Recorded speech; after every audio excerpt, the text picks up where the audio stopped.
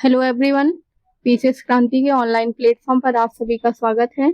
हम इस क्लास में भारतीय राज्य व्यवस्था की घटना चक्र को सॉल्व कर रहे हैं।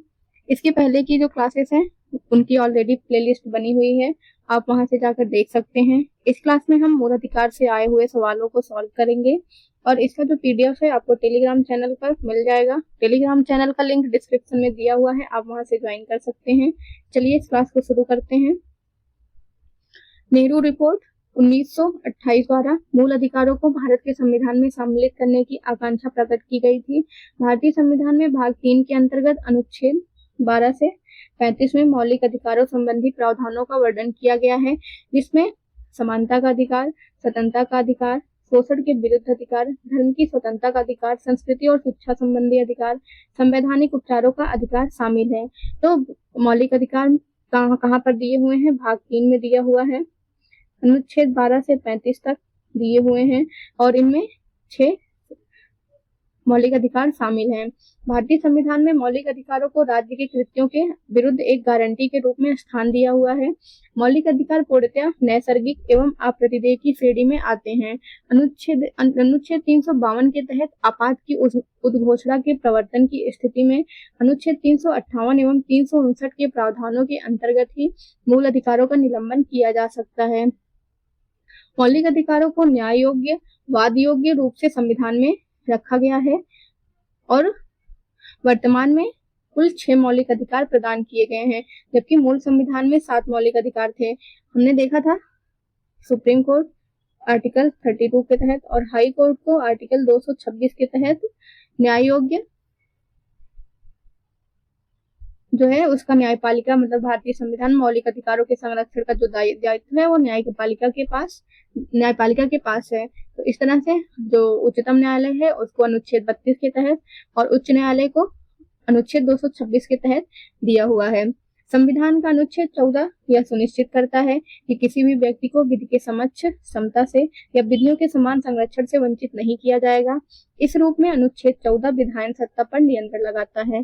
भारतीय संविधान में समानता के अधिकार को अनुच्छेद 14 से 18 तक कुल 5 अनुच्छेदों में वर्णित किया गया है, जो कि इस तरह से है। विधि का समक्ष समता अनुच्छेद 14 में दिया हुआ है। धर्म, मूल वंश, जाति, लिंग या जन्म स्थान के आधार पर विभेद का प्रतिषेध अनुच्छेद 15 में दिया हुआ है। लोक नियोजन के विषय में अवसर की समता जो है अनुच्छेद 16 में दिया हुआ है। अनुच्छेद अस्पृश्यता या फिर छुआछूत का जो अंत है अनुच्छेद 17 में दिया हुआ है। उपाधियों का अंत अनुच्छेद 18 में दिया हुआ है। अनुच्छेद 19 से 22 तक स्वतंत्रता के अधिकार वर्णित हैं। अनुच्छेद 19 के अंतर्गत अभिव्यक्ति की स्वतंत्रता सहित कुल 6 प्रकार की स्वतंत्रताएं प्रदान की गई हैं। अनुच्छेद 19 A में प्रावधानित वाक एवं अभिव्यक्ति की स्वतंत्रता के अंतर्गत ही समाचार पत्रों की स्वतंत्रता भी निहित मानी जाती है। उच्चतम न्यायालय ने अपने अनेक निर्णयों में सूचना के अधिकार को अनुच्छेद 19 A में प्रदत्त वाक एवं अभिव्यक्ति की स्वतंत्रता के अधिकार में निहित माना है। संविधान के अनुच्छेद 19 B में शांतिपूर्वक एवं निरायुध सम्मेलन की स्वतंत्रता दी हुई है। अनुच्छेद 1C में संगम या संघ बनाने की स्वतंत्रता दी हुई है। अनुच्छेद 1D में भारत के राज्य क्षेत्र में सर्वत्र अबाध संचरण की स्वतंत्रता दी हुई है। अनुच्छेद 19 A के E के तहत भारत के राज्य क्षेत्र के किसी भाग में निवास करने और बस जाने की स्वतंत्रता दी हुई है तथा अनुच्छेद 19 F के अंतर्गत कोई वृत्ति, व्यापार या कारोबार करने की स्वतंत्रता का प्रावधान किया गया है। 44वें संविधान संशोधन अधिनियम जो कि 1978 में हुआ था, 19 G का लोप कर दिया गया और 19 A से लेकर 19 F तक की दी गई विभिन्न स्वतंत्रताओं पर 19 से लेकर 19 तक में दिए गए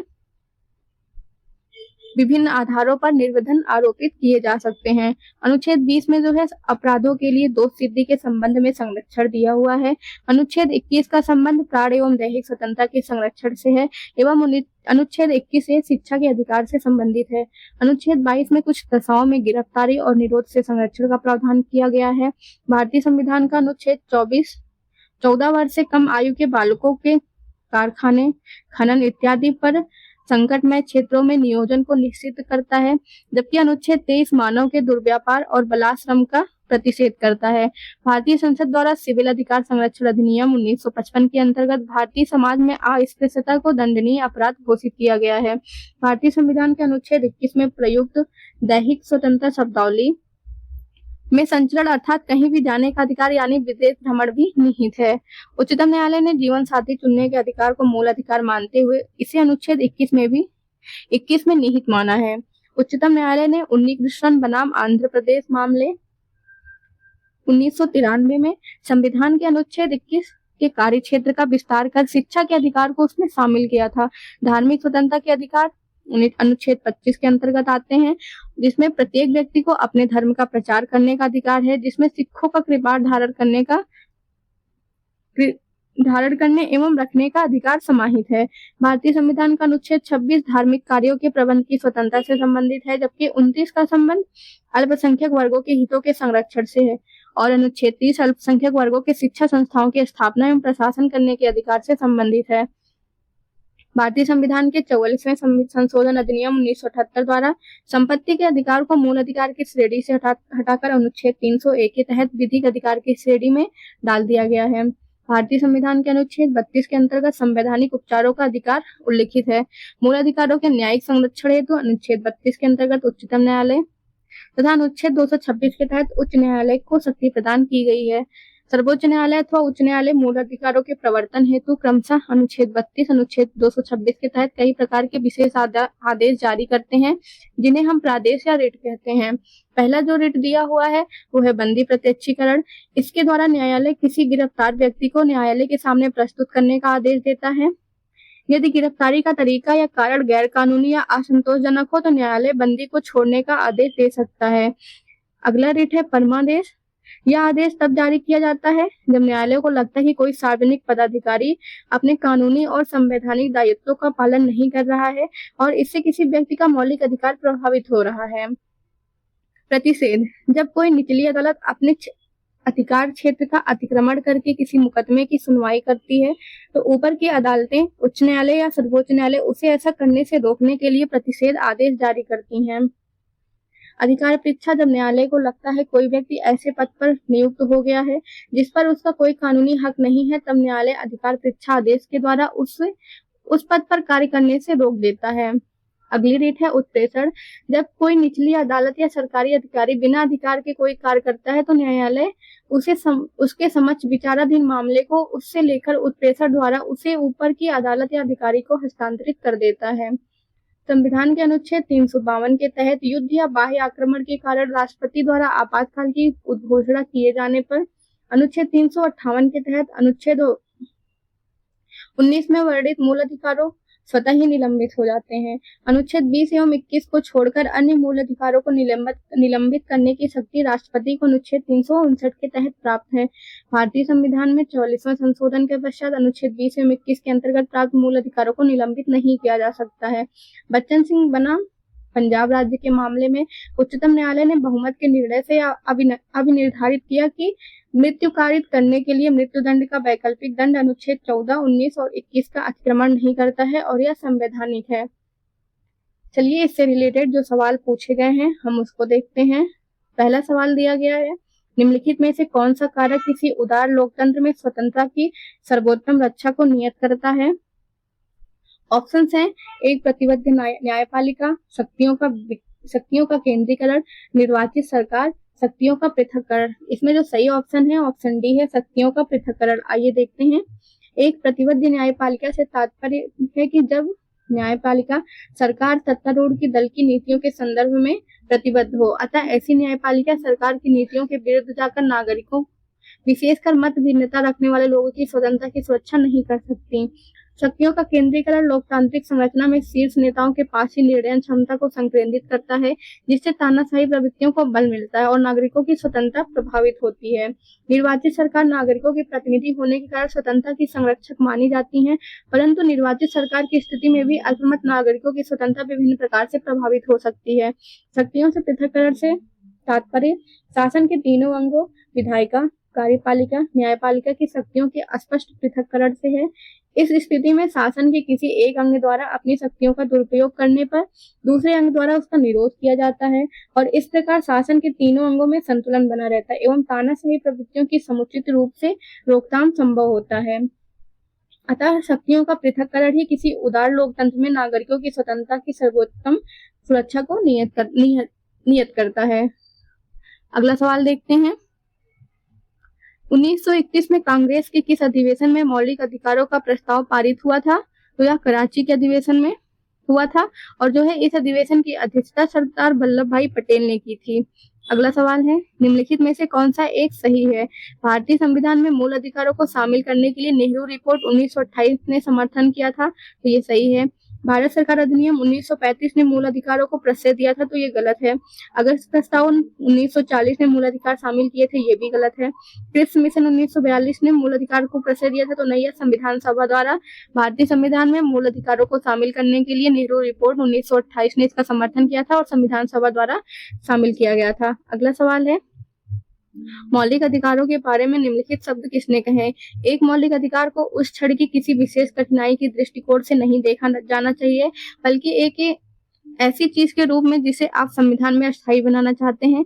ऐसा जवाहरलाल नेहरू ने बोला है। मौलिक अधिकारों पर अंतरिम रिपोर्ट को संविधान सभा द्वारा अपनाए जाने का प्रस्ताव रखते हुए 30 अप्रैल 1947 को पंडित जवाहरलाल नेहरू ने कहा था, एक मौलिक अधिकार को उस क्षण की किसी विशेष कठिनाई के दृष्टिकोण से नहीं देखा जाना चाहिए, बल्कि ऐसी चीज के रूप में जिसे आप संविधान में स्थायी बनाना चाहते हैं। Fundamental rights should be looked upon not from the point of view of any particular difficulty of that moment, but as something that you want to make permanent in this constitution. अगला सवाल है, निम्नलिखित में से किस व्यक्ति ने मूल अधिकारों को हमारे लोगों के लिए एक प्रतिज्ञा तथा सभ्य विश्व के साथ किया गया समझौता कहा था? तो ऐसा डॉक्टर एस राधाकृष्णन ने बोला था। अगला सवाल है, मौलिक अधिकार क्या है? वाद योग्य, अवाद योग्य, कठोर, लचीले। तो मौलिक अधिकार वाद योग्य हैं। भारतीय संविधान में सामाजिक आर्थिक एजेंडे को साकारित करने के लिए वाद योग्य और अवाद योग्य दोनों तरह की व्यवस्थाएं समाहित हैं, जिसमें मौलिक अधिकार वाद योग्य हैं और नीति निर्देशक तत्व अवाद योग्य हैं। अगला सवाल देखते हैं, अधिकारों को मूल अधिकार कहा जाता है क्योंकि यह संविधान में उल्लिखित होता है, यह प्रजातांत्रिक होता है, यह लोक कल्याणकारी होता है, या व्यक्तित्व विकास के लिए आवश्यक होता है। संसद इसके विरुद्ध कानून नहीं बना सकती है। तो इसमें जो ऑप्शन सही है हमारा वो 1, 4 एंड 5 है। तो 1, 4 एंड 5। आइए देखते हैं, स्वतंत्रता संघर्ष के दौरान स्वतंत्रता आंदोलन के नेताओं ने अधिकारों के महत्व को समझा था। स्वतंत्रता के बाद संविधान निर्माण के दौरान संविधान में अधिकारों का समावेश करने व उन्हें सुरक्षित करने के उद्देश्य से संविधान में उन अधिकारों को सूचीबद्ध किया गया जिन्हें सुरक्षा देनी थी और उन्हें मौलिक अधिकारों की संज्ञा दी गई। यह अधिकार अत्यधिक महत्वपूर्ण है और इसीलिए उन्हें संविधान में सूचीबद्ध किया गया।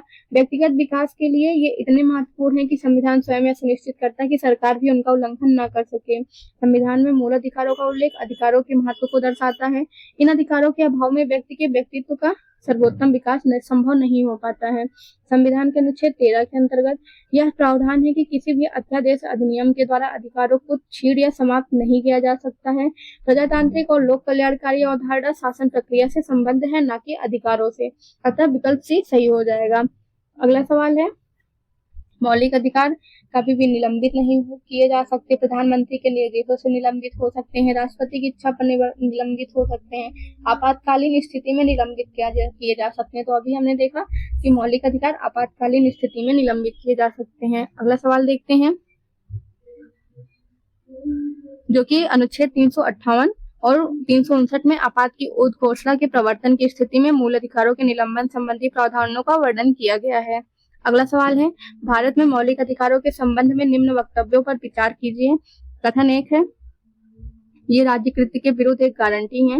ये संविधान भाग के 3 में सूचीबद्ध है।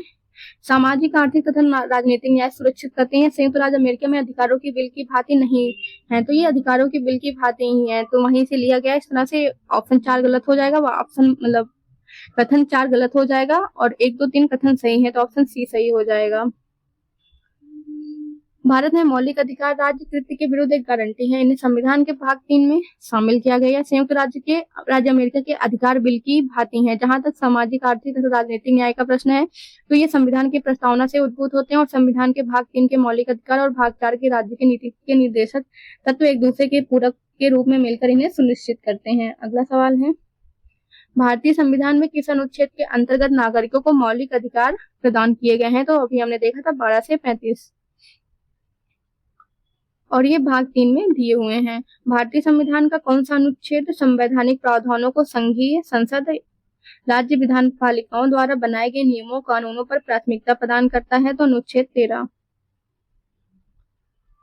संविधान के अनुच्छेद 13 में यह प्रावधान है कि संघ एवं राज्य कोई ऐसा कानून नहीं बनाएंगे जो भाग 3 में प्रदत्त मौलिक अधिकारों को छीनता या न्यून करता हो। यदि कोई कानून मौलिक अधिकारों के उल्लंघन में बनाया गया हो तो वह कानून उल्लंघन की मात्रा तक शून्य होगा। अनुच्छेद 32 संवैधानिक उपचारों का अधिकार। अनुच्छेद 245 केंद्र एवं राज्यों द्वारा बनाई गई विधियों का विस्तार। अनुच्छेद 326 लोकसभा एवं विधानसभा का निर्वाचन वयस्क मताधिकार का आधार पर होगा। अगला सवाल है, भारतीय संविधान के अनुच्छेद 13 का मुख्य उद्देश्य निम्नलिखित में से किसके संदर्भ में संविधान की सर्वोच्चता सुनिश्चित करता है? ये मौलिक अधिकार के संबंध में करता है।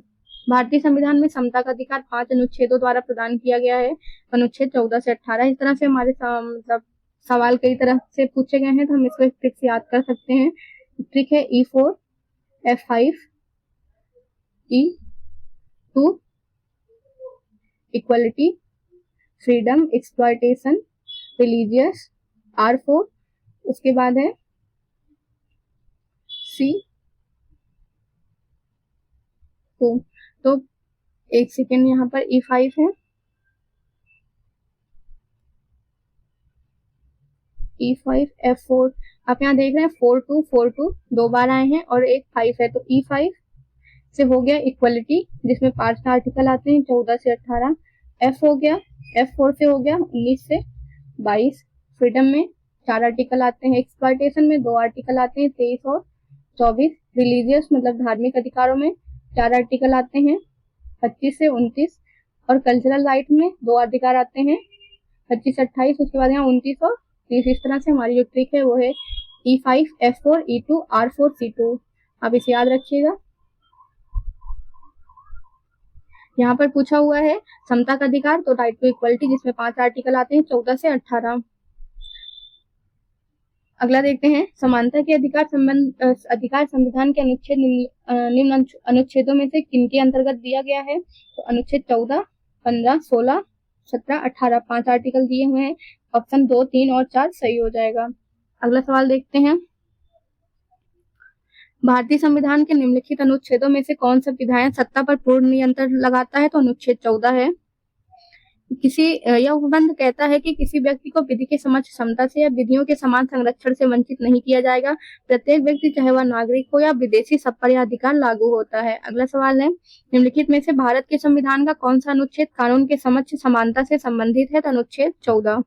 संविधान के किस अनुच्छेद में कानून का समान संरक्षण दिया हुआ है? तो अनुच्छेद 14 में दिया हुआ है। कानून को लागू करने के मामले में कोई विधान जो किसी कार्यपालक अथवा प्रशासनिक अधिकारी को अधिकार को अनिर्देशित एवं अनियंत्रित विवेकाधिकार देता है तो भारत के संविधान में निम्नलिखित अनुच्छेद में किसका उल्लंघन करता है? तो अनुच्छेद 14 का। संविधान के अनुच्छेद 14 के अनुसार राज्य भारत के राज्य क्षेत्र में किसी व्यक्ति को विधि के समक्ष समता या विधियों के समान संरक्षण से वंचित नहीं करेगा। यह विधि के शासन का मूल तत्व है जिसका तात्पर्य है कि सभी के लिए एक कानून और सभी के लिए एक न्याय तंत्र।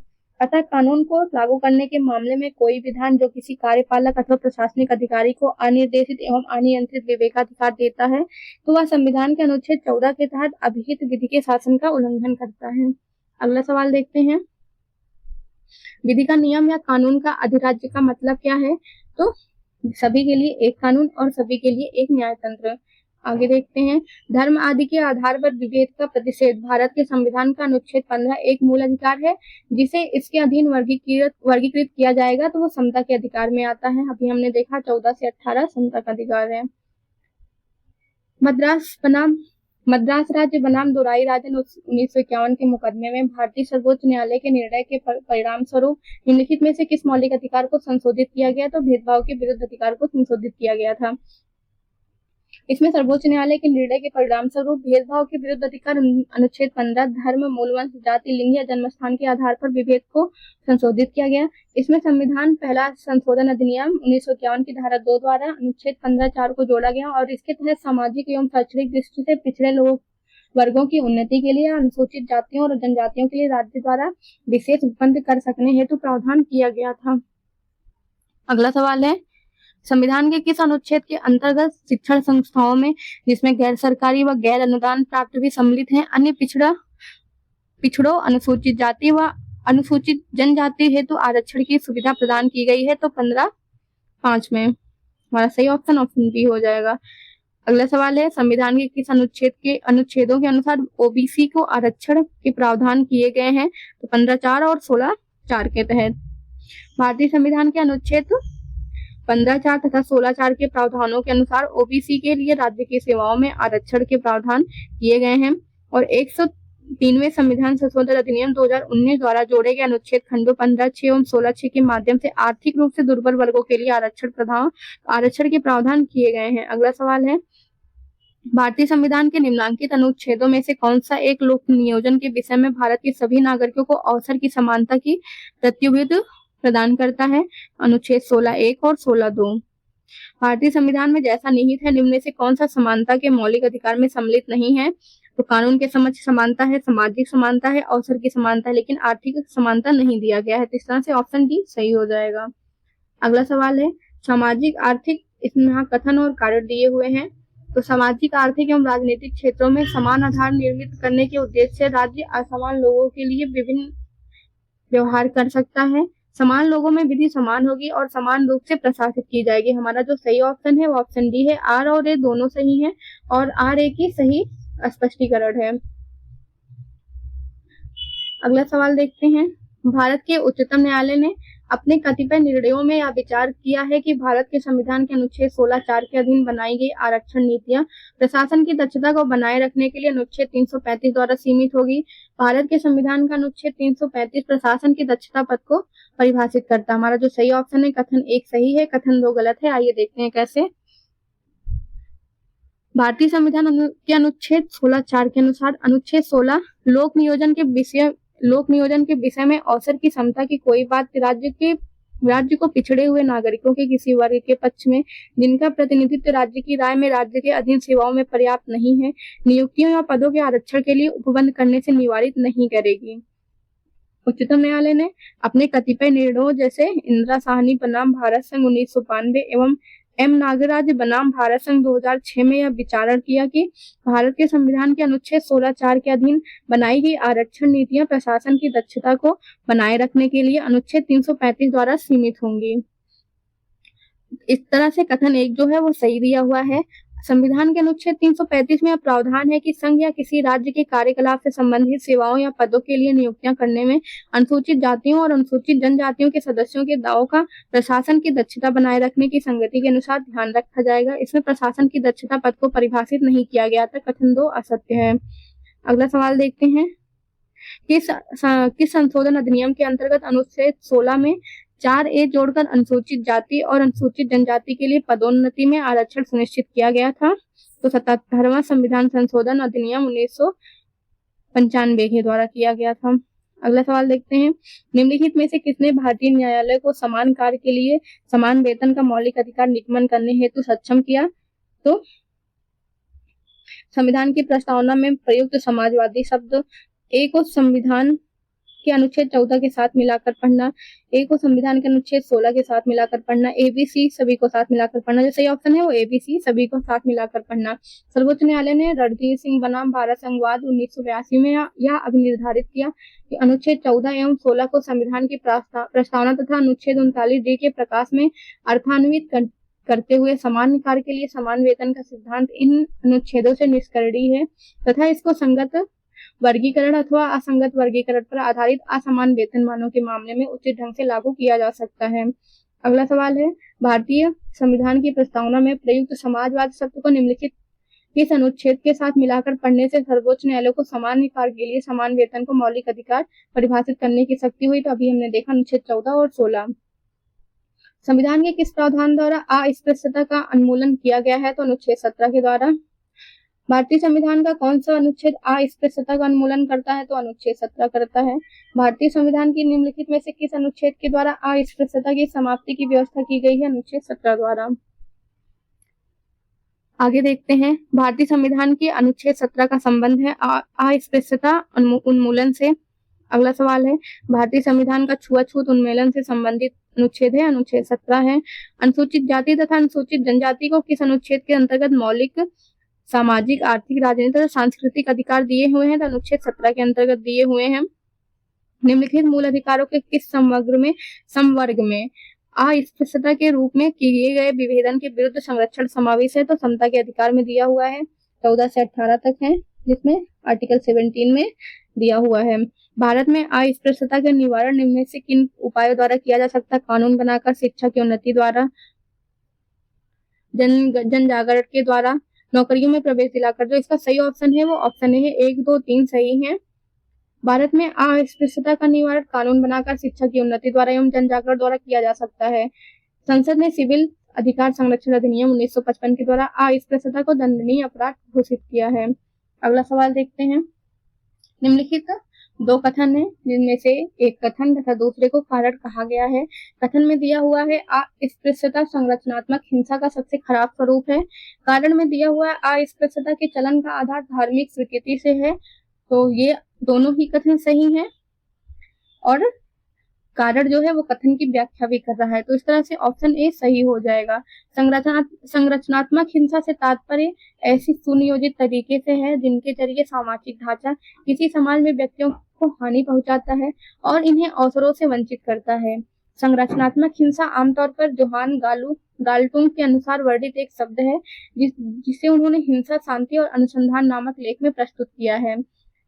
संरचनात्मक हिंसा के कुछ उदाहरण हैं, जैसे प्रजातिवाद, नस्लवाद, कामुकता, वर्गीकरण, अस्पृश्यता। अस्पृश्यता, जिसे आम बोलचाल में छुआछूत भी कहा जाता है, जाति व्यवस्था का एक अत्यंत घृणित पहलू है जो धार्मिक एवं कर्मकांडी दृष्टि से शुद्धता एवं अशुद्धता के पैमाने पर सबसे नीचे माने जाने वाली जातियों के सदस्यों के विरुद्ध अत्यंत कठोर सामाजिक दंडों का विधान करता है और अस्पृश्यता को इसी कारण धार्मिक स्वीकृति भी प्राप्त हो जाती है। इस तरह से कथन ए और कारण दोनों सही हैं और आर ए की सही व्याख्या करता है। अगला सवाल देखते हैं। भारतीय संविधान के निम्नलिखित अनुच्छेदों में से कौन भिन्न वर्ग में आया है? तो 14, 15, 16 और 19, तो जो सही ऑप्शन है यहाँ पे ऑप्शन डी हो जाएगा, अनुच्छेद 19, क्योंकि 14 से 18 तक समता का अधिकार है और 19 से 22 तक जो है वो समानता का स्वतंत्रता का अधिकार है। इस तरह से जो अलग आर्टिकल है अनुच्छेद 19 है, यह स्वतंत्रता के अधिकार का वर्णन करता है, जबकि अन्य तीनों जो है 14, 15 एवं 16 वो समता के अधिकार का वर्णन करते हैं। आगे देखते हैं। भारतीय संविधान में स्वतंत्रता का अधिकार 4 अनुच्छेदों द्वारा प्रदान किया गया है। अभी हमने देखा F4 जो कि 19 से 22 तक है। आगे देखते हैं। भारतीय संविधान के किस अनुच्छेद में भाषण एवं अभिव्यक्ति की स्वतंत्रता के मूल अधिकार को शामिल किया गया है? तो अनुच्छेद 19 में किया गया है, जिसके अंदर 6 अनुच्छेद आते हैं। अनुच्छेद 19 के अंतर्गत निम्नलिखित में कौन सी एक स्वतंत्रता की भारतीय संविधान द्वारा गारंटी नहीं दी गई है? शांतिपूर्वक तथा बिना शस्त्रों के एकत्र होने की स्वतंत्रता दिया गया है। संपत्ति रखने, खरीदने और बेचने की स्वतंत्रता नहीं दी हुई है। पूरे देश में इच्छानुसार घूमने फिरने की स्वतंत्रता है। किसी व्यापार तथा व्यवसाय को करने की स्वतंत्रता दी हुई है 19(1)(f) में। इस तरह से जो सही ऑप्शन हो जाएगा ऑप्शन बी, वो नहीं दिया हुआ है। आगे देखते हैं। भारत के संविधान का निम्नलिखित में से कौन सा अनुच्छेद प्रेस की स्वतंत्रता से संबंधित है? तो अनुच्छेद 19(1)(a) में दिया हुआ है। भारतीय संविधान का कौन सा अनुच्छेद प्रेस की स्वतंत्रता को आश्वासित करता है? तो अनुच्छेद 19 करता है। भारत का संविधान स्पष्टतः प्रेस की आजादी की व्यवस्था नहीं करता, किंतु यह आजादी अंतर्निहित है अनुच्छेद 19(1)(a) में। भारत में समाचार फिर से वही पूछा है, तो ऑप्शन ए सही है, अनुच्छेद 19(1)(a) में। अगला ऑप्शन सवाल देखते हैं।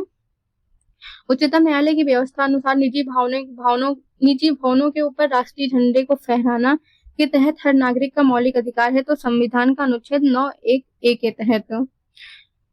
नवीन जिल्दरमना भारत संघवाद में दी गई उच्चतम न्यायालय की व्यवस्था के अनुसार निजी भवनों के ऊपर राष्ट्रीय झंडे को फहराना अभिव्यक्ति का प्रतीक है, जो संविधान के अनुच्छेद 19(1) के तहत हर नागरिक का मौलिक अधिकार है।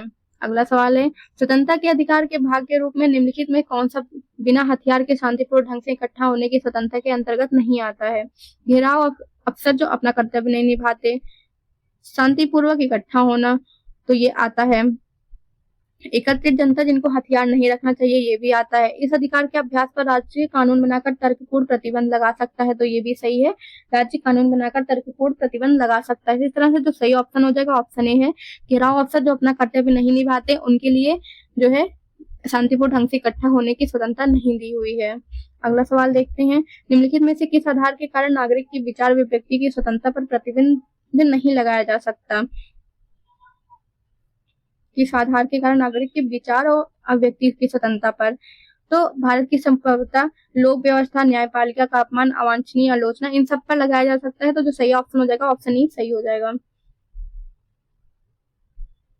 भारतीय संविधान के अनुच्छेद 19(2) के तहत नागरिकों के विचार और अभिव्यक्ति की स्वतंत्रता पर भारत की संप्रभुता व अखंडता, राज्य की सुरक्षा, विदेशी राज्यों से मित्रतापूर्ण संबंध, लोक व्यवस्था, शिष्टाचार या सदाचार के हितों में अथवा अदालत की अवमानना, मानहानि या किसी अपराध के उद्दीपन के कारण युक्तियुक्त प्रतिबंध लगाया जा सकता है। अगला सवाल है, 19(2) के तहत भाषण और अभिव्यक्ति की स्वतंत्रता के प्रयोग पर तर्कसंगत प्रतिबंध निम्नलिखित में से किन परिस्थितियों में उचित ठहराया जा सकता है? तो राज्य की सुरक्षा, मानहानि पे, सार्वजनिक व्यवस्था पे भी, और लेकिन राज्यद्रोह पर नहीं लगाया जा सकता। तो इस तरह से हमारा जो सही ऑप्शन है वो 1, 2 और 4 है। भारतीय गणराज्य के संविधान का कौन सा अनुच्छेद व्यक्ति की प्राण एवं दैहिक स्वतंत्रता से संबंधित है? अनुच्छेद 21। भारतीय संविधान के किस अनुच्छेद में विधि की सम्यक प्रक्रिया के सिद्धांत को शामिल किया गया है? तो अनुच्छेद 21 में किया हुआ है। अनुच्छेद 21 में प्रयुक्त विधि द्वारा स्थापित प्रक्रिया पदावली को उसी अर्थ में प्रयुक्त किया गया जिस अर्थ में अमेरिकी संविधान में सम्यक विधि प्रक्रिया शब्दावली का प्रयोग किया गया है। अगला सवाल है, भारतीय संविधान का कौन सा अनुच्छेद व्यक्ति के विदेश यात्रा के अधिकार को संरक्षण प्रदान करता है? तो अनुच्छेद 21 करता है। इसमें सी ऑप्शन में दिया हुआ है, इस तरह से ऑप्शन सी सही हो जाएगा। और ये संतवत सिंह बनाम असिस्टेंट पासपोर्ट ऑफिसर नई दिल्ली में तथा मेनका गांधी बनाम भारत संघ के मामलों में यह अभी निर्धारित किया गया है कि अनुच्छेद 21 में प्रयुक्त दैहिक स्वतंत्रता शब्दावली में संचरण का अर्थात इच्छानुसार कभी भी तथा कहीं भी जाने का अधिकार भी आता है, जिसमें विदेशी भ्रमण भी शामिल है। अगला सवाल है, मेनका गांधीवाद 1978 में उच्चतम न्यायालय के फैसले के बाद अनुच्छेद 21 के न्यायिक निर्वचन के संबंध में त्रुटिपूर्ण कथन को पहचानिए। यह भार याचिकाकर्ता पर है कि वह सिद्ध करे कि जिस कानून की प्रक्रिया से उसे उसके जीवन या दैहिक स्वतंत्रता से वंचित किया गया वह स्वेच्छाचारी है। कानून द्वारा स्थापित प्रक्रिया संयुक्त राज्य अमेरिका में विद्यमान उचित प्रक्रिया के मोटे तौर पर समानार्थक है। अनुच्छेद 21, 19 और 14 परस्पर अनन्य नहीं है। जीवन का अधिकार में गरिमा के साथ जीने का अधिकार भी शामिल है। तो यहाँ पर जो त्रुटिपूर्ण कथन है वो कथन ए है। आइए देखते हैं, मेनका गांधीवाद 1978 में उच्चतम न्यायालय के निर्णय के तहत अनुच्छेद 21 के न्यायिक निर्वचन के संदर्भ में यह भार याचिकाकर्ता पर नहीं है कि वह सिद्ध करे कि जिस कानून की प्रक्रिया से उसे उसकी जीवन या दैहिक स्वतंत्रता से वंचित किया गया है वह स्वेच्छाचारी है, बल्कि यह भार राज्य पर है कि वह सिद्ध करे कि ऐसी कानून की प्रक्रिया स्वेच्छाचारी नहीं है। उच्चतम न्यायालय ने अपने निर्णय में यह कहा कि अनुच्छेद 21 के तहत विधि द्वारा स्थापित प्रक्रिया सही, न्याय संगत और युक्तिपूर्ण होनी चाहिए, न कि स्वेच्छाचारी, काल्पनिक या दमनकारी। इस तरह से तीनों कथन सही हैं। अगला सवाल है, निम्नलिखित में से किन्हें सर्वोच्च न्यायालय ने मौलिक अधिकारों के रूप में मान्यता दी है? आवास का अधिकार, विदेश यात्रा का अधिकार, सामान्य कार्य के लिए समान वेतन का अधिकार। तो ये तीनों दिया हुआ है और इस तरह से ऑप्शन डी सही हो जाएगा। चमेली सिंह बनाम उत्तर प्रदेश राज्य बाद में दिए गए निर्णय के अनुसार आश्रय का अधिकार अनुच्छेद 21 के अंतर्गत मूल अधिकार है। न्यायालय के अनुसार इसमें वह घर शामिल है जहां वह गरिमापूर्ण जीवन जी सके। संतवत सिंह बनाम असिस्टेंट पासपोर्ट ऑफिसर नई दिल्ली तथा मेनका गांधी बनाम भारत संघ विवादों में दिए गए निर्णयों के अनुसार विदेश यात्रा का अधिकार अनुच्छेद 21 के अंतर्गत मूल अधिकार है। समान कार्य के लिए समान वेतन यद्यपि संविधान के अनुच्छेद 39 डी के तहत राज्य के नीति निर्देशक तत्वों का भाग है। तथापि रणधीर सिंह बनाम भारत संघ वाद में सर्वोच्च न्यायालय ने यह निर्धारित किया कि संविधान की प्रस्तावना और अनुच्छेद 39 डी के आलोक के अनुच्छेद 14 एवं 16 को पढ़ने से समान कार्य के लिए समान वेतन का सिद्धांत प्राप्त होता है। इस तरह से जो सही ऑप्शन है ऑप्शन डी हो जाएगा। निम्नलिखित अधिकारों में कौन सा अधिकार अनुच्छेद 19(1) डी को अनुच्छेद 21 से मिलाकर पढ़ने पर प्राप्त होता है? तो एकांतता का अधिकार मिलता है। आइए देखते हैं, इन चारों में से किसी भी अधिकार का उल्लेख अलग से अथवा स्पष्टतया मूल अधिकारों में से नहीं हुआ है, किंतु उच्चतम न्यायालय ने अपने सृजनात्मक निर्वाचन द्वारा इन चारों अधिकारों को मूल अधिकार में अंतर्निहित माना है। विशेषकर अनुच्छेद 21 के प्राण एवं दैहिक स्वतंत्रता के संरक्षण के अधिकार के अंदर इन चारों अधिकारों को भी विभिन्न निर्णयों को द्वारा शामिल किया गया है। गोविंद बनाम मध्य राज्यवाद तथा मलक सिंह एवं अन्य बनाम पंजाब एवं हरियाणावाद आदि में सर्वोच्च न्यायालय द्वारा यह अभी निर्धारित किया गया कि संविधान के अनुच्छेद 19(1) डी भारत के राज्य के क्षेत्र में सर्वत्र आबाद संचरण का अधिकार को अनुच्छेद 21 जीवन के अधिकार से मिलाकर पढ़ने पर एकांतता या निजता का अधिकार प्राप्त होता है। Justice KS. पुट्टास्वामी बनाम भारत संघवाद में भी अगस्त 2017 में सर्वोच्च न्यायालय की 9 सदस्यीय संविधान पीठ ने निजता के अधिकार को संविधान के अनुच्छेद 21 में अंतर्निहित तथा संविधान के भाग 3 द्वारा गारंटी की स्वतंत्रताओं का भाग मानते हुए इसे अस्पष्टता संवैधानिक संरक्षण प्रदान किया। इस तरह से जो सही ऑप्शन हो जाएगा ऑप्शन सी, एकांतता का अधिकार, जिसको राइट टू प्राइवेसी बोलते हैं। चलिए देखते हैं अगला सवाल। उच्चतम न्यायालय के विकल्पों में दिए गए उपर्युक्त 4 अधिकारों के अतिरिक्त अन्य अधिकारों को भी हम देख लेते हैं। इसमें क्या क्या है जो अनुच्छेद 21 के अंतर्गत आते हैं। तो अच्छे पर्यावरण का अधिकार है, शीघ्र विचारण का अधिकार है, विधिक सहायता का अधिकार है, एकांत कारावास के विरुद्ध अधिकार है, पैरों में डंडा बेड़ी डालने के विरुद्ध अधिकार है, फांसी के विलंब के विरुद्ध अधिकार है, अभिरक्षा में हिंसा के विरुद्ध अधिकार है, पीने योग्य शुद्ध जल का अधिकार है, अच्छी सड़कों का अधिकार है, प्रतिष्ठा का अधिकार है, एक चिकित्सक द्वारा घायल को चिकित्सीय सहायता देने का अधिकार, कार्यस्थल पर महिलाओं के लैंगिक उत्पीड़न के विरुद्ध अधिकार है। आइए अगला सवाल देखते हैं। निजता के अधिकार को जीवन एवं व्यक्तिगत स्वतंत्रता के अधिकार के अंतर्गत भाग के रूप में संरक्षित किया जाता है। भारत के संविधान में निम्नलिखित में से किससे उपर्युक्त कथन सही एवं समुचित ढंग से अर्थित होता है। तो अनुच्छेद 21 एवं भाग 3 में गारंटी की गई स्वतंत्रताओं के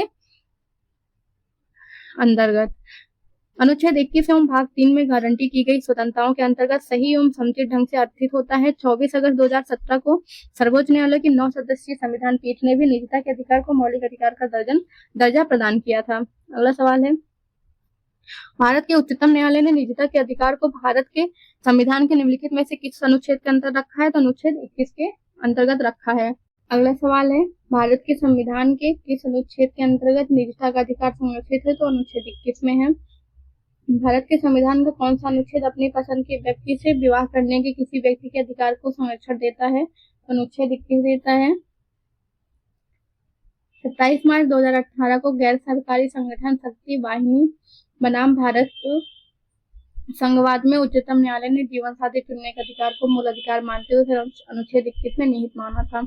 अगला सवाल है, निम्नलिखित में से कौन सा संविधान के अनुच्छेद 21 के दायरे में नहीं आता है। तो मृत्युदंड जो है वो 21 के दायरे में नहीं आता है। और यह जगमोहन सिंह बनाम स्टेट ऑफ उत्तर प्रदेश के मामले में सर्वोच्च न्यायालय की 5 सदस्यीय पीठ ने मृत्युदंड के अनुच्छेद 21 का उल्लंघनकारी मानने से इनकार कर दिया था। अतः स्पष्ट है कि मृत्युदंड अनुच्छेद 21 के दायरे में नहीं आता है।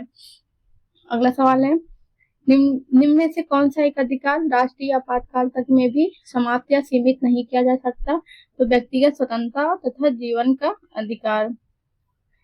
और यह 44वें संविधान संशोधन 1978 के बाद अनुच्छेद 21 में प्रदत्त प्राण एवं दैहिक स्वतंत्रता का अधिकार राष्ट्रीय आपातकाल की स्थिति में भी सीमित या समाप्त नहीं किया जा सकता है। और यह अनुच्छेद 352 के तहत राष्ट्रीय आपातकाल घोषित हुआ। तो अनुच्छेद 359 के तहत राष्ट्रपति के आदेश से या कोई या सभी मूलाधिकार स्थगित किए जा सकते हैं, लेकिन अनुच्छेद 21 तथा अनुच्छेद 20 को स्थगित नहीं किया जा सकता है। अगला सवाल है, उच्चतम न्यायालय के किस मामले के निर्णय के कारण संविधान के अनुच्छेद 21 के कार्य क्षेत्र का विस्तार कर शिक्षा के अधिकार को उनमें शामिल किया गया। तो उन्नीकृष्णन बनाम आंध्र प्रदेश। इसमें उच्चतम न्यायालय ने वर्ष 1993 में 14 वर्ष तक की आयु के बच्चों के लिए निःशुल्क शिक्षा को अधिकार के रूप में यह कहते हुए संगठित किया कि इस देश के नागरिक को शिक्षा का मौलिक अधिकार प्राप्त है। यह अधिकार अनुच्छेद 21 से निकला है। हालांकि यह एक निरपेक्ष अधिकार नहीं है। इसकी विषय वस्तु और मापदंडों को अनुच्छेद 45 और 41 के आलोक में निर्धारित करना पड़ेगा। अगला सवाल है, 6 वर्ष की आयु से 14 वर्ष की आयु के बीच के सभी बच्चों को शिक्षा का अधिकार है। तो मूल अधिकार है। 86वें संविधान संशोधन अधिनियम 2002 के द्वारा प्राथमिक शिक्षा को मूल अधिकार बना दिया गया। इसके तहत इसके द्वारा संविधान के भाग 3 में नया अनुच्छेद 21A जोड़कर, जिसके अनुसार राज्य 6 से 14 वर्ष की आयु के सभी बालकों हेतु निःशुल्क और अनिवार्य शिक्षा का व्यवस्था करेगा। साथ ही अनुच्छेद 45 को संशोधित निर्देशक तत्व के अनुसार राज्य 6 वर्ष तक की आयु तक सभी बच्चों को आरंभिक बाल्यावस्था देखरेख तथा शिक्षा उपलब्ध कराने का प्रयत्न करेगा। इसी अनुक्रम में शिक्षा का अधिकार अधिनियम 2009 संसद द्वारा पारित किया गया, जो तत्संबंधी संविधान संशोधन के साथ 1 अप्रैल 2010 से प्रभावी हुआ। शिक्षा का अधिकार मानवाधिकार भी है। सूचना का अधिकार भी मानवाधिकार की सार्वभौम घोषणा का भाग है। सर्वोच्च न्यायालय के निर्णयों के अनुसार सूचना का अधिकार भारतीय संविधान के अनुच्छेद 1 के ए में उल्लिखित वाक्य एवं अभिव्यक्ति की स्वतंत्रता में निहित है, हालांकि यह संविधान में उल्लिखित नहीं है। अगला सवाल देखते हैं, भारतीय संविधान में संशोधन करके शिक्षा का अधिकार कब जोड़ा गया? तो 1 अप्रैल 2010 को जोड़ा गया। निम्न में से कौन एक मानव अधिकार भारतीय संविधान के अंतर्गत मौलिक अधिकार भी है? तो शिक्षा का अधिकार जो है वो मानवाधिकार भी है और मौलिक अधिकार भी है। अगला सवाल है, राज्य 6 से 14 वर्ष के सभी बच्चों को निःशुल्क एवं अनिवार्य शिक्षा प्रदान करेगा। तो ये सही है। एक प्रजातांत्रिक समाज में शिक्षा का अधिकार मानवाधिकार के रूप में विकास के अधिकार की व्याख्या के लिए अपरिहार्य है। तो इसमें ए ऑप्शन सही है। ए तथा आर दोनों सही है और एक आर का सही स्पष्टीकरण है। 69 में भारत के संविधान में शोषण के विरुद्ध अधिकार द्वारा निम्नलिखित में से कौन से परिकल्पित हैं? तो मानव देह का व्यापार और बंधुआ मजदूरी, जो कि अनुच्छेद 23 में दिया हुआ है। हाँ, इस प्रस्तुता का उन्मूलन अनुच्छेद 17 में दिया हुआ है। अल्पसंख्यकों के हितों की सुरक्षा अनुच्छेद 29 में दी हुई है। कारखानों और खदानों में बच्चों का नियोजन का निषेध जो है वो अनुच्छेद 24 में दिया हुआ है। तो इसमें पूछा है भारत के संविधान में शोषण के विरुद्ध अधिकार द्वारा निम्नलिखित में से कौन से अधिकार है? तो हमने देखा था जो है E2, जिसमें 23 और 24 आते हैं। तो इस तरह से हमारा जो सही ऑप्शन हो जाएगा ऑप्शन 1 और 4। आगे देखते हैं, भारतीय संविधान का कौन सा अनुच्छेद बच्चों के शोषण के विरुद्ध मौलिक अधिकार से संबंधित है? तो अनुच्छेद 24। भारत के संविधान का अनुच्छेद 24 जोखिमपूर्ण कार्यों से संबंधित कारखानों में बालकों के नियोजन को निषेध करता है। ऐसा निर्देश है पूर्ण निषेध। इसका क्या मतलब है कि 14 वर्ष से कम आयु के किसी बालक को किसी कारखाने या खान में काम करने के लिए नियोजित नहीं किया जाएगा या किसी अन्य परिसंकट में नियोजन में नहीं लाया जाएगा। भारत के संविधान के अंतर्गत कौन सा अनुच्छेद कारखानों में बालकों के नियोजन का प्रतिषेध करता है? तो अनुच्छेद 24 करता है। मूल अधिकारों से संबंधित संविधान के निम्नलिखित अनुच्छेदों में से कौन सा एक प्रत्यक्ष रूप से बालक के शोषण से संबद्ध है? तो अनुच्छेद 24 से, जो कि ऑप्शन सी में दिया हुआ है। ICCPR के अनुच्छेद 24 द्वारा बाल अधिकार को सुरक्षित किया गया है। अगला सवाल है, संविधान का कौन सा अनुच्छेद दोष सिद्धि के संबंध में अभियुक्तों को दोहरे दंड एवं स्वाभिसंसन से संरक्षण प्रदान कर सकता है? तो अनुच्छेद 20 करता है। 20(2) के अनुसार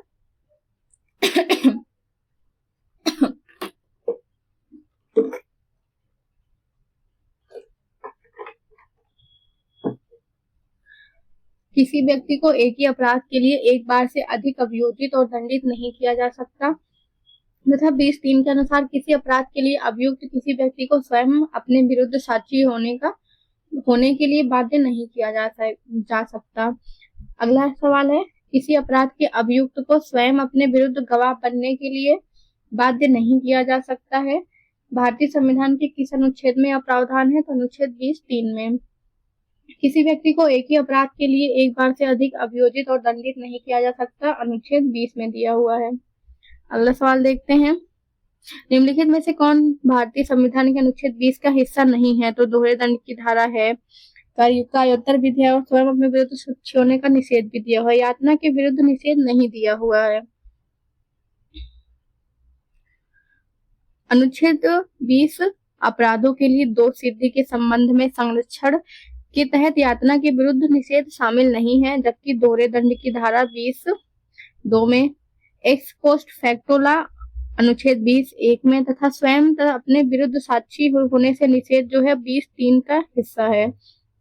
अतः अनुच्छेद 20 कायोत्तर विधि अर्थात ऐसी विधियां जो आरोपित अपराध के समय प्रवृत्त नहीं है, एक ही अपराध के लिए दोहरे दंड तथा किसी अपराध के लिए अभियुक्त को स्वयं अपने विरुद्ध साक्षी होने से संरक्षण प्रदान करता है।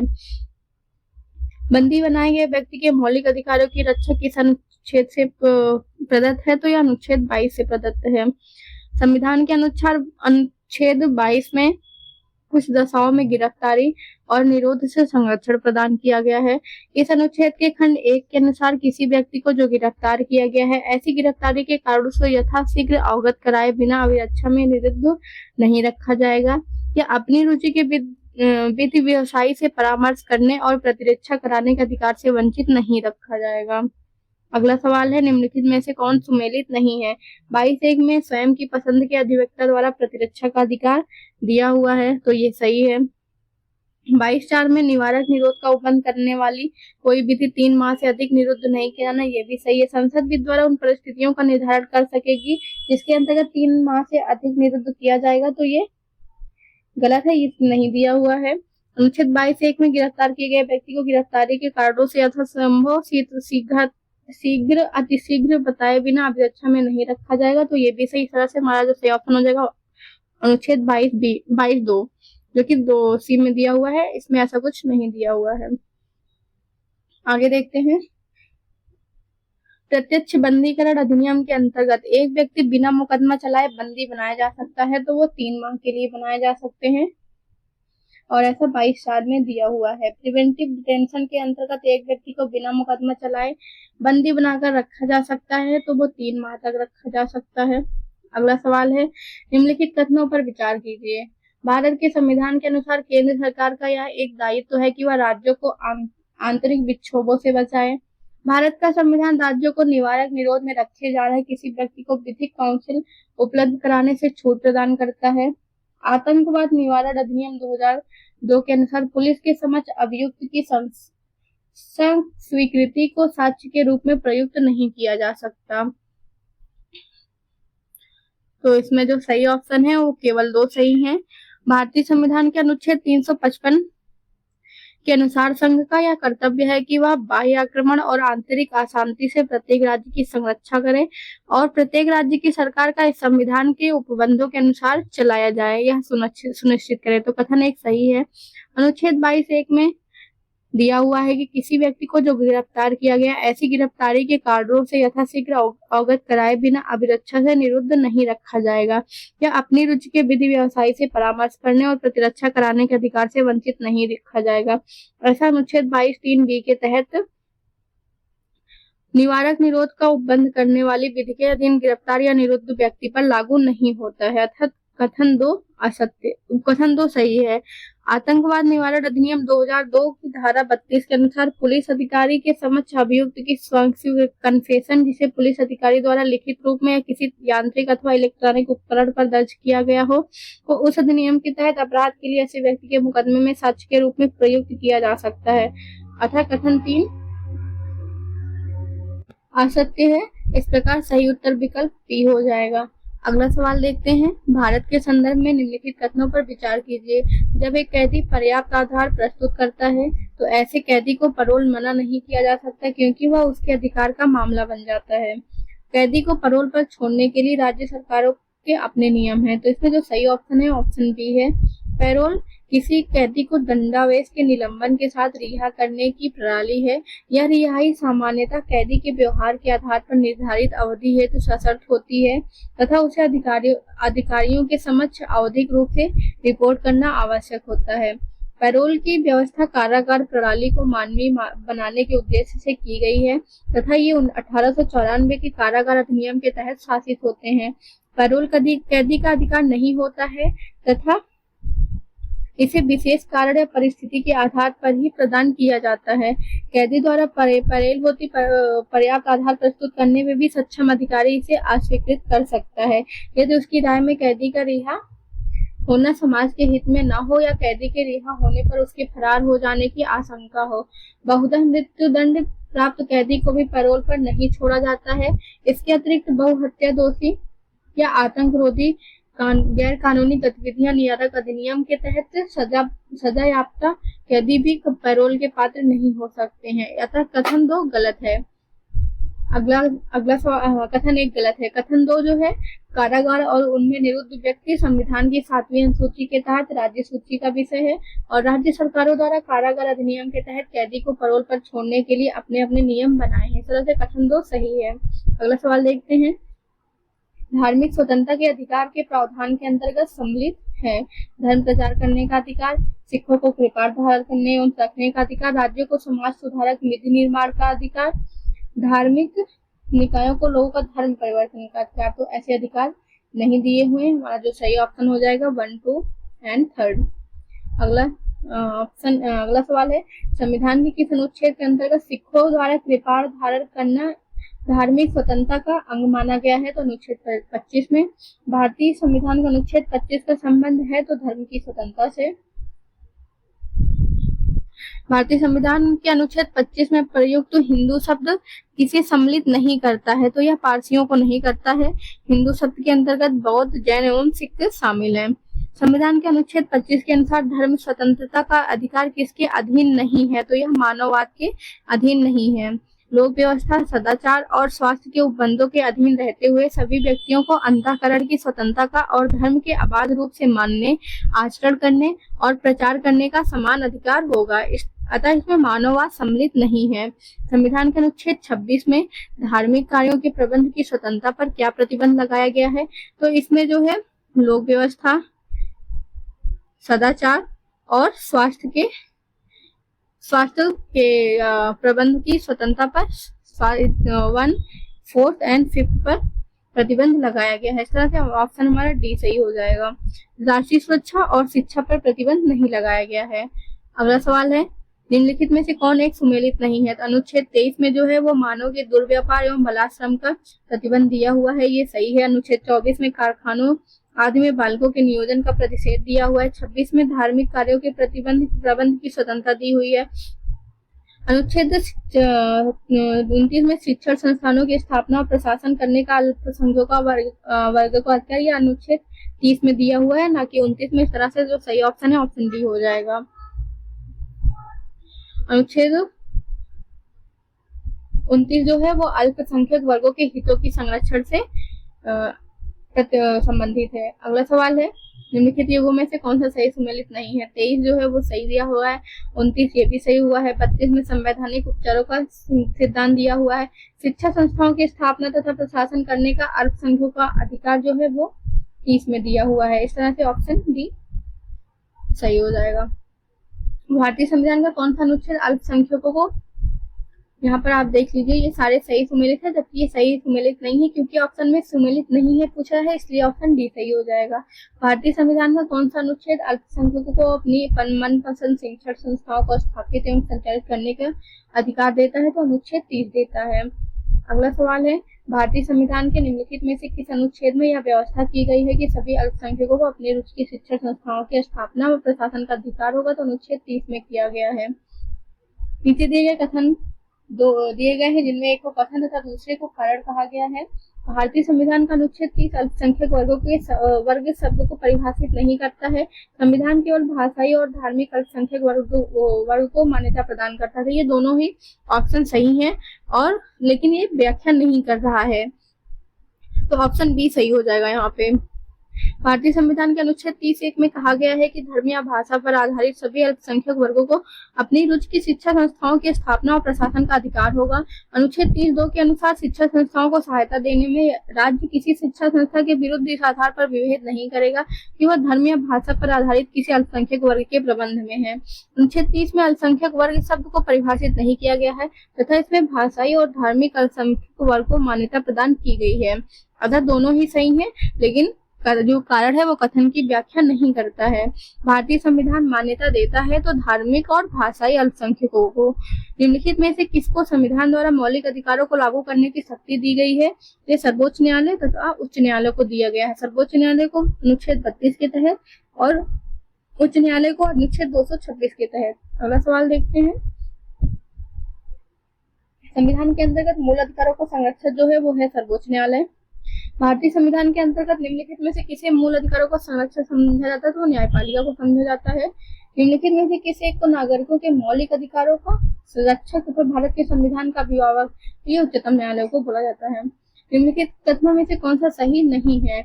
एम मुंशी संविधान का प्रारूप बनाने वाले समिति के एक सदस्य थे तो हाँ ये थे तो ये ऑप्शन सही है। संविधान सभा द्वारा भारतीय संविधान स्वीकार किया गया था, ये भी सही है। बलवंत राय मेहता समिति रिपोर्ट 1957 द्वारा पंचायती राज की संस्तुति की गई थी, ये भी सही है। संविधान के अंतर्गत मूल अधिकारों का संरक्षक भारत का राष्ट्रपति नहीं भारत उच्चतम न्यायालय मतलब न्यायपालिका को दिया गया है तो इस तरह से ऑप्शन डी जो है वो गलत है। इस तरह से ऑप्शन डी सही हो जाएगा। अगला सवाल देखते हैं। निम्नलिखित में से कौन से अधिकार भारतीय संविधान के अनुच्छेद 32 के अंतर्गत प्रवर्तित किए जा सकते हैं तो मौलिक अधिकार। निम्नलिखित में से किस एक अधिकार को डॉक्टर बी.आर. अम्बेडकर द्वारा संविधान की आत्मा कहा गया है? तो संवैधानिक उपचार का अधिकार, जो कि अनुच्छेद 32 में दिया हुआ है। निम्नलिखित में से किस अनुच्छेद को भारतीय संविधान का हृदय एवं आत्मा कहा गया है? तो अनुच्छेद 32 को कहा गया है। अगला सवाल है, संविधान कथन दिया हुआ है और कारण दिया हुआ है। तो कथन है, संविधान के अनुच्छेद 32 को डॉक्टर अम्बेडकर ने इसकी आत्मा कहा था। अनुच्छेद 32 मौलिक अधिकारों के अतिक्रमण के विरुद्ध प्रभावी उपचार का प्रावधान करता है। तो ये दोनों ही इंडिविजुअली सही है और आर जो है वो एक की व्याख्या भी कर रहा है। इसको डॉक्टर अम्बेडकर ने संविधान की आत्मा क्यों कहा? क्योंकि मौलिक अधिकारों के अतिक्रमण के विरुद्ध प्रभावी उपचार का प्रावधान दिया हुआ है। इस तरह से ऑप्शन जो है वो ए सही हो जाएगा। अगला सवाल है, नीचे उच्चतम न्यायालय को मौलिक अधिकारों के हनन रोकने के लिए रिट जारी करने की शक्ति के संबंध में दो कथन दिए गए हैं।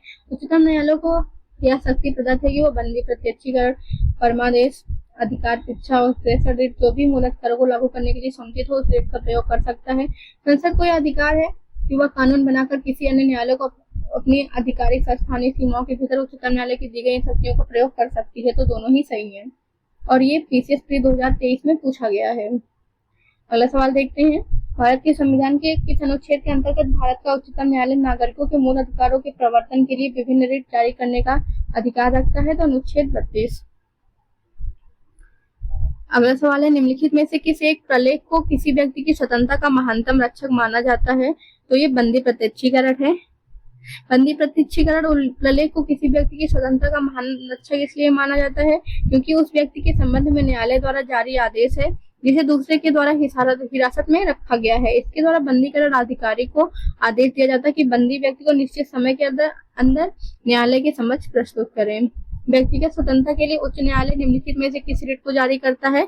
तो बंदी प्रत्यक्षीकरण को लागू करता है, जिसका अर्थ है व्यक्ति को सशरीर उपस्थित करने की मांग। यह उन मामलों में लागू होती है जहां किसी व्यक्ति के बारे में कहा जाता है कि उसे अवैध रूप से निरुद्ध किया गया है। अगला सवाल देखते हैं, व्यक्तिगत स्वतंत्रता के अधिकार के लिए निम्नलिखित में से कौन सी रिट? तो हेबियस कॉर्पस, जिसे बंदी प्रत्यक्षीकरण भी बोलते हैं। सुमेलित कीजिए।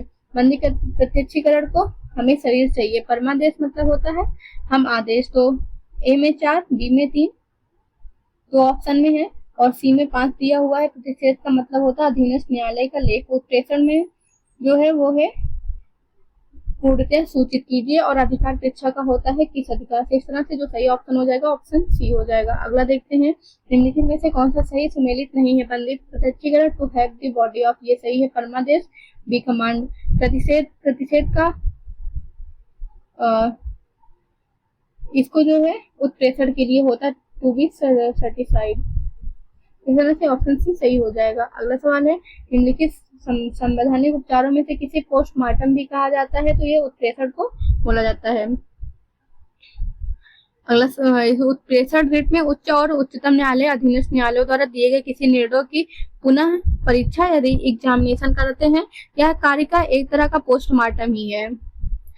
एक ऐसी याचिका जो न्यायपालिका द्वारा जारी की जाती है तथा जिसमें कार्यपालिका से कहा जाता है कि वह ऐसा कार्य करे जो उसे प्रदत्त शक्तियों के अंतर्गत करना चाहिए, उस रिट को क्या कहा जाता है? तो यह मैंडेमस है, जिसे बी कमांड या हम आदेश देते हैं कहा जाता, मतलब इसका अर्थ होता है। अगला सवाल है, जब सर्वोच्च न्यायालय को किसी व्यक्ति अथवा संस्था को उसके दायित्व के निर्वहन हेतु लेख जारी करना होता है तो उसे क्या बोलते हैं? तो मैंडेमस, जिसका हिंदी अनुवाद है परमादेश। सही मिलान को सही मिलाना है। तो सांस्कृतिक व शिक्षा का अधिकार जो है वो 29 और 30 में है। संवैधानिक उपचारों का अधिकार अनुच्छेद 32 में दिया हुआ। शोषण के विरुद्ध अधिकार 23 और 24 में है। समानता का अधिकार 14 से 18 में है। इस तरह से 3, 4, 2 और 1 इसमें दिया हुआ है। 4, 3, 2 और 1 ऑप्शन डी में दिया हुआ है। इसमें सूची 1 जिसमें भारतीय संविधान का अनुच्छेद है, सूची 2 में प्रावधान है, दोनों को सम्मिलित करना है। आइए देखते हैं। 16(2) है, 29(2) है, 30(1) है, 31(1) है। तो 29 में है सभी अल्पसंख्यकों को चाहे वो धर्म के आधार पर हो या भाषा के आधार पर अपनी पसंद की शैक्षिक संस्थाएं स्थापित करने के और उन्हें संचालित करने का अधिकार होगा। तो ये 30(1) में है। किसी भी व्यक्ति के साथ उसके वंश, धर्म और जाति के आधार पर सार्वजनिक नियुक्ति के मामले में भेदभाव नहीं किया जाएगा। 16(2) में है। किसी भी व्यक्ति को कानून के प्राधिकार के सिवाय उसकी संपत्ति से वंचित नहीं किया जाएगा। 31(1) में है। और 29(2) में है, किसी भी नागरिक को धर्म, वंश, जाति, भाषा इनमें से किसी भी आधार पर राज्य द्वारा संपोषित तथा राज्य से प्राप्त करने वाली किसी भी शैक्षिक संस्था प्रवेश से वंचित नहीं किया जाएगा। तो बी में 4 हो जाएगा। इस तरह से सही जो ऑप्शन है A2, B4, C3, D1। अगला सवाल देखते हैं। निम्नलिखित में से कौन सा सुमेलित नहीं है? अस्पृश्यता का अनुच्छेद 17 में दिया हुआ है। गिरफ्तारी एवं निरोध के विरोध संरक्षण अनुच्छेद 23 में नहीं दिया हुआ है। आगे देखते हैं। अनुच्छेद 25 में धर्म की स्वतंत्रता दी हुई है और तो इस तरह से ऑप्शन बी जो है वो गलत हो जाएगा।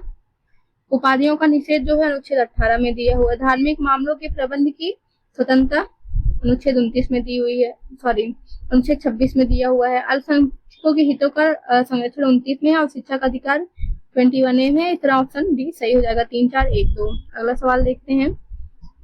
मौलिक कर्तव्य। संसद मौलिक अधिकारों में संशोधन कर सकती है।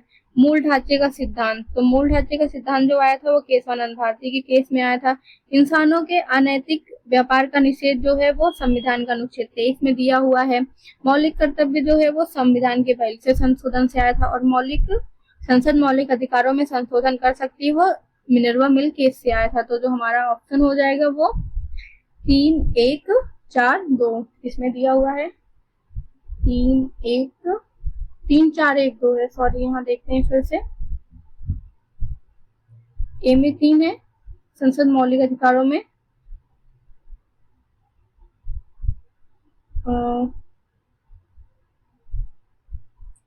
3 और 1, 4, 2।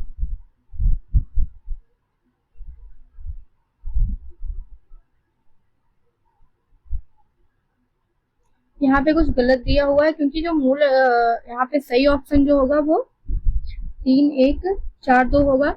मूल ढांचे का सिद्धांत जो है वो केशवानंद भारती केस से आया है।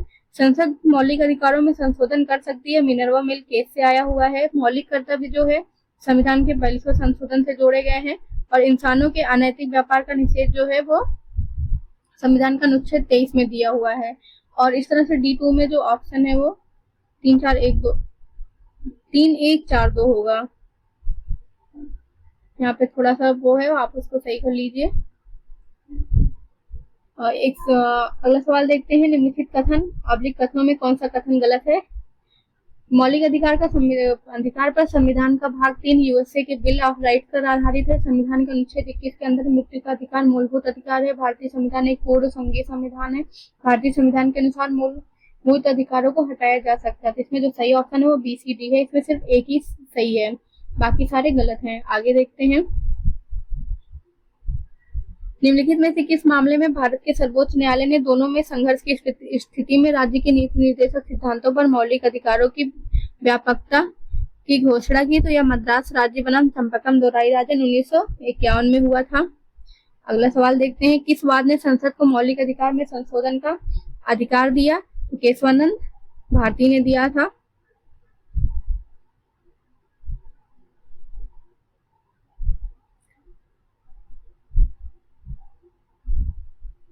निम्नलिखित के सही सही शंकरी प्रसाद बनाम भारत, संजन सिंह बनाम राजस्थान राज्य, गोलकनाथ बनाम पंजाब राज्य और केशवानंद भारती बनाम केरल राज्य। ये आया है 1973 में।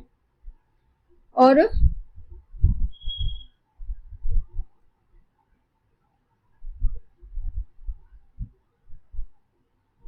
शंकरी प्रसाद बनाम भारत संघ जो है वो आया है 1951 में।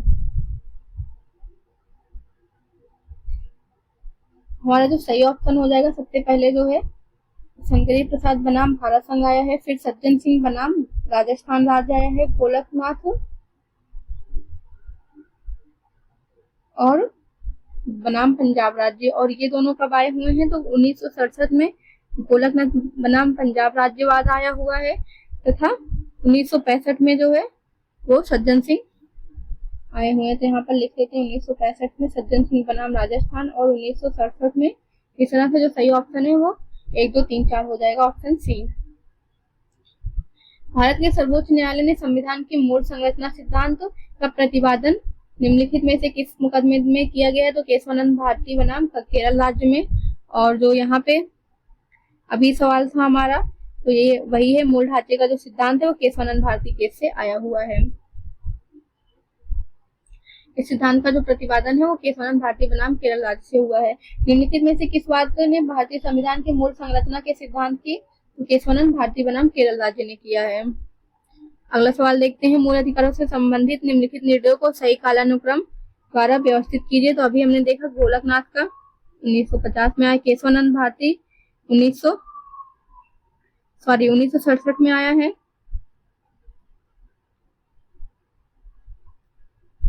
केशवानंद भारती 1973 में आया है, मिनर्वा मिल्स जो है वो 1980 में आया है, और A.K. गोपालन 1950 में आया है। इस तरह से सही ऑप्शन DABC हो जाएगा। अगला सवाल है, भारत में संपत्ति के अधिकार की क्या स्थिति है? तो यह एक विधिक अधिकार है जो किसी भी व्यक्ति को प्राप्त है। अगला सवाल है, संपत्ति का अधिकार इनमें से कौन सी श्रेणी में सम्मिलित है? तो यह एक कानूनी अधिकार बना दिया गया है। अगला सवाल है, संपत्ति का अधिकार एक कानूनी अधिकार है। निम्नलिखित कथनों को पढ़िए तो सही विकल्प को चुनिए। 44वां संशोधन अधिनियम 1978 द्वारा संपत्ति के अधिकार को मौलिक अधिकारों की सूची से हटा दिया गया। संपत्ति के अधिकार को संविधान के भाग 12 में अनुच्छेद 301 के तहत विधिक अधिकार बना दिया गया, जिसमें दोनों ही कथन सही दिए हुए हैं।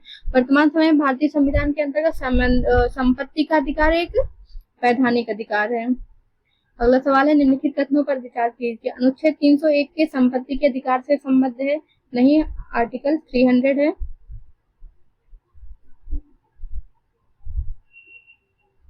ठीक है, संपत्ति का अधिकार एक विधिक अधिकार है, किंतु यह मूल अधिकार नहीं है।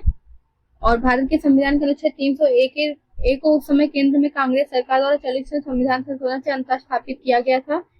सही इनमें से केवल 2 है। आइए देखते हैं। 301 व्यापार, वाणिज्य और समागम की स्वतंत्रता से संबंधित है, न कि संपत्ति के अधिकार से। यह कथन एक गलत है। 44वें संविधान संशोधन 1978 के पश्चात संपत्ति का अधिकार एक विधिक अधिकार है, न कि मूल अधिकार। इस संशोधन द्वारा संपत्ति का अधिकार भाग 12 के 3 अनुच्छेद 301 में विधिक अधिकार के रूप में प्रतिस्थापित किया गया था। कथन 2 सत्य है। भारतीय संविधान का 44वां संशोधन 1978 तत्कालीन जनता पार्टी की सरकार द्वारा किया गया था। 3 गलत है। इस प्रकार से विकल्प A सही उत्तर होगा। अगला सवाल देखते हैं, वर्तमान समय में भारतीय संविधान में संपत्ति के अधिकार को निम्नलिखित में से किस रूप में स्वीकार किया गया है? तो कानूनी अधिकार। निम्नलिखित में से किसके द्वारा संपत्ति के मूल अधिकार का लोप किया गया? तो संविधान के 44वें संशोधन अधिनियम द्वारा, जो कि 1978 में किया गया था। कब समाप्त किया गया? फिर से वही पूछा, 1978 में संविधान के 44वें संशोधन द्वारा। फिर से वही रिपीट किया गया है कि संवैधानिक संशोधन अधिनियम ने मौलिक अधिकारों की सूची से संपत्ति के अधिकार को हटाया। तो 44वां संवैधानिक संशोधन अधिनियम 1978। अगला सवाल है कि संशोधन के द्वारा संपत्ति 44वें संशोधन के द्वारा समाप्त किया गया। भारतीय संविधान के 44वें संशोधन से मौलिक अधिकारों की श्रेणी से निम्नलिखित में से किसको हटा दिया गया? तो संपत्ति के अधिकार को हटा दिया गया। यह है 44वां संशोधन। ये सारे रिपीटेड सवाल हैं, आप इनको देख लीजिएगा। निम्नलिखित में से कौन सा मूल अधिकार भारतीय संविधान में नागरिकों को नहीं दिया गया? तो संपत्ति का अधिकार नहीं दिया गया है। निम्नलिखित में से कौन सा भारत के संविधान द्वारा प्रदत्त 6 मूल अधिकारों में से नहीं है? तो ये अधिकार में से नहीं है पूछा है, तो विरोध का अधिकार नहीं है। भारतीय संविधान में कौन सा अधिकार प्रदान नहीं करता है?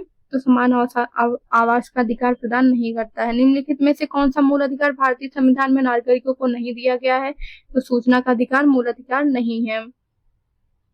यह अनुच्छेद 19(1)(a) में सन्निहित माना जाता है। अगला सवाल है, निम्नलिखित वक्तव्यों पर ध्यान दीजिए। किसी को राष्ट्रगीत गाने के लिए बाध्य नहीं किया जा सकता, क्योंकि इसमें वाक स्वतंत्रता और अभिव्यक्ति स्वतंत्रता के अधिकार का उल्लंघन होगा। इसमें अंतःकरण की और धर्म के अबाध रूप से आचरण और प्रचार करने की स्वतंत्रता के अधिकार का उल्लंघन होगा। राष्ट्रगीत गाने के लिए किसी को बाध्य करने वाला कोई विधिक उपबंध नहीं है, इसमें तीनों ही सही हैं। बिजोई इमैनुअल बनाम केरल राज्य के बाद में सर्वोच्च न्यायालय ने निर्णय दिया कि किसी को भी राष्ट्रगीत गाने के लिए बाध्य नहीं किया जा सकता, यदि उसका धार्मिक विश्वास ऐसा करने की अनुमति नहीं देता है। राष्ट्रपति राष्ट्रगीत गाने के लिए बाध्य करना वाक की स्वतंत्रता का उल्लंघन होगा। न्यायालय ने निर्णय दिया कि ऐसा कानून नहीं है जिसके अधीन उन्हें राष्ट्रगीत गाने के लिए बाध्य किया जा सके। अगला सवाल है, उन मौलिक अधिकारों का चयन करें जो भारतीय नागरिकों को प्राप्त हैं परंतु गैर नागरिकों को नहीं। तो ये 19, 14 सबके लिए है। अल्पसंख्यकों के अधिकार जो है 29 में दिए हुए। जीवन और स्वतंत्रता का अधिकार जो कि 21 में है। तो 1 एंड 3 जो है वो नागरिकों को प्राप्त है, जबकि 14 और 21 दोनों को ही नागरिक और गैर नागरिक दोनों को ही प्राप्त है। अगला सवाल देखते हैं, निम्नलिखित अनुच्छेदों को कौन सा समूह द्वारा प्रदत्त मौलिक अधिकार केवल भारत के नागरिकों को अंतर्गत है? 15, 16, 19 और 30। आगे देखते हैं, निम्नलिखित में से कौन सा मूल अधिकार विदेशी नागरिकों को प्राप्त नहीं है?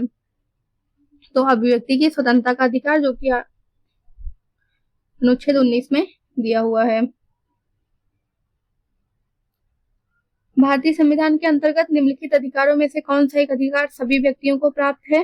तो विधि के समान संरक्षण का अधिकार जो कि अनुच्छेद 14 में दिया हुआ है। अगला सवाल देखते हैं, निम्नलिखित अधिकारों में से कौन सा अधिकार भारत में सभी व्यक्तियों को उपलब्ध नहीं है? तो 14 सबके लिए उपलब्ध है और देश भर में स्वतंत्र भ्रमण की स्वतंत्रता जो है 19 में दिया हुआ है। चुनाव लड़ने का अधिकार, भेदभाव के विरुद्ध अधिकार तो ये 15 में दिया हुआ है। तो और जो ऑप्शन 2, 3 और 4 है वो सबके लिए उपलब्ध नहीं है। बाकी अनुच्छेद 14 जो जिसमें विधि के समक्ष समानता है ये दोनों के लिए, नागरिकों और गैर नागरिकों सबके लिए उपलब्ध है। भारतीय संविधान द्वारा प्रदत्त निम्न में से कौन सा अधिकार गैर नागरिकों को भी उपलब्ध है? तो संवैधानिक निराकरण का अधिकार दोनों को ही उपलब्ध है जो कि अनुच्छेद 32 में दिया हुआ है। भारत में रहने वाला ब्रिटिश नागरिक दावा नहीं कर सकता। विधि के समक्ष क्षमता के अधिकार का कर सकता है। जीवन और व्यक्तिगत स्वतंत्रता की सुरक्षा के अधिकार का कर सकता है। धर्म की स्वतंत्रता के अधिकार का कर सकता है, लेकिन व्यापार और व्यवसाय की स्वतंत्रता के अधिकार का दावा नहीं कर सकता है। अगला सवाल देखते हैं, एक ब्रिटिश नागरिक जो कि भारत में रहा है किस अधिकार की मांग नहीं कर सकता? तो व्यापार और व्यवसाय की स्वतंत्रता। रिपीटेड सवाल है, भारत के किसी धार्मिक संप्रदाय को यदि राष्ट्रीय स्तर पर अल्पसंख्यक वर्ग का दर्जा दिया जाता है तो वह किन विशेष लाभों का हकदार हो जाता है? यह समुदाय विशेष शैक्षणिक संस्थानों की स्थापना और पालन कर सकता है। ठीक है, भारत के राष्ट्रपति स्वयं इस समुदाय के एक प्रतिनिधि को लोकसभा में मनोनीत कर देते हैं? ऐसा नहीं है। यह समुदाय प्रधानमंत्री के 15 पॉइंट कार्यक्रम के लाभ प्राप्त कर सकता है। इसमें जो सही ऑप्शन है ऑप्शन 1 एंड 3 है। अगला देखते हैं, बंधुआ मजदूर अधिनियम संसद ने कब पारित किया था? तो यह 1976 में पारित किया गया था। बंधुआ मजदूरी प्रथा अध्यादेश 25 अक्टूबर 1975 को जारी किया गया तथा इसी तिथि से प्रभावी हुआ।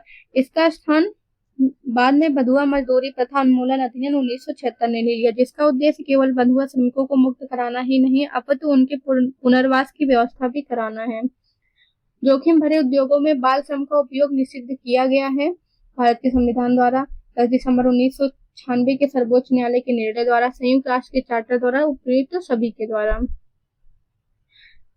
बिना कर्तव्य के उसी प्रकार है जैसे मनुष्य बिना परछाई के, तो अधिकार बिना कर्तव्य के उसी प्रकार है जैसे मनुष्य बिना परछाई के। अगला सवाल है, भारत के संदर्भ में निम्नलिखित में से कौन सा अधिकार और कर्तव्य के बीच सही संबंध है? अधिकार कर्तव्यों के साथ सहसंबंधित है। अधिकार व्यक्तिगत तथा समाज और कर्तव्यों से स्वतंत्र है। नागरिकों के व्यक्तित्व के विकास के लिए अधिकार न कि कर्तव्य महत्वपूर्ण है।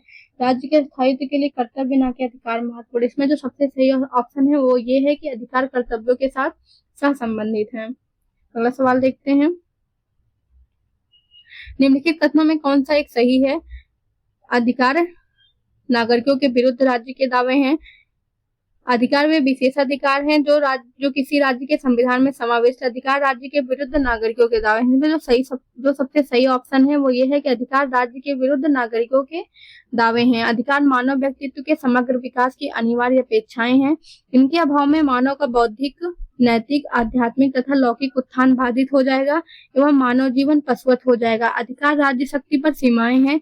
यह राज्य कार्यवाही के विरुद्ध प्रत्याभूति है। अतः अधिकार राज्य के विरुद्ध नागरिकों के दावे हैं।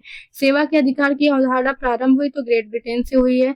सिटीजन चार्टर का उद्देश्य नहीं है तो जनता की मांगों की प्रभावी सुनवाई का तंत्र सृजित करना ये नहीं है। हम आज की क्लास यहाँ पे समाप्त करते हैं। आगे के जो टॉपिक्स हैं वो उन्हें कल की क्लास में कंटिन्यू करेंगे। Thank you everyone. हमारी क्लास कैसी लगी कमेंट करके बताएं। रिसर्च क्रांति यूट्यूब चैनल को सब्सक्राइब करें, लाइक करें, कमेंट करें।